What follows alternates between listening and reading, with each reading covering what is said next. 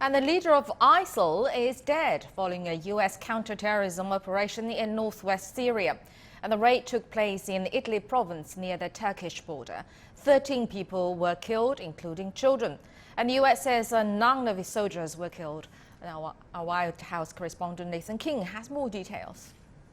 This very dramatic raid in northern Syria, catching something that the US has been after for a long time. Ibrahim al-Hashimi al-Qurayshi, who took over as the leader of Islamic State from Abu Bakr al-Baghdadi back in 2019 after his assassination, is now dead.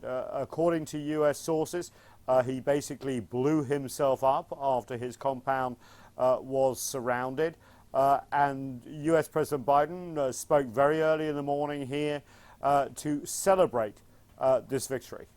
Our forces carried out the operation with their signature preparation and precision, and I directed the Department of Defense to take every precaution possible to minimize civilian casualties. Knowing that this terrorist had chosen to surround himself with families, including children, we made a choice to pursue a special forces raid at a much greater risk than to our own people, rather than targeting him with an airstrike. We made this choice to minimize civilian casualties.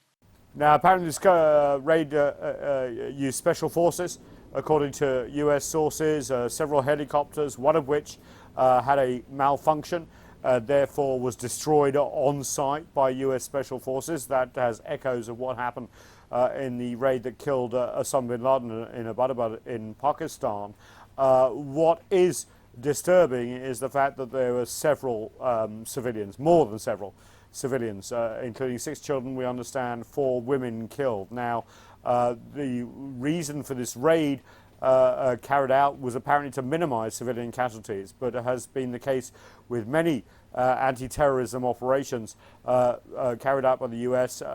There has always been civilian casualties. And you know what's really different this time is that the reporting of the civilian casualties comes alongside the apparent victory for Americans when it comes to rooting out terrorists, because there's been a lot of focus on the collateral damage, as they used to call it, after the withdrawal from Afghanistan, and also looking into investigations that the Pentagon have carried out that have not reveal the full extent of civilian casualties. However, this is a victory against ISIS. As you know, even though the US is present in Syria illegally, they have been very worried about a resurgence of ISIS, especially in Idlib province, where this happened after a prison break, which led to a lot of suspected terrorists and foreign fighters being released.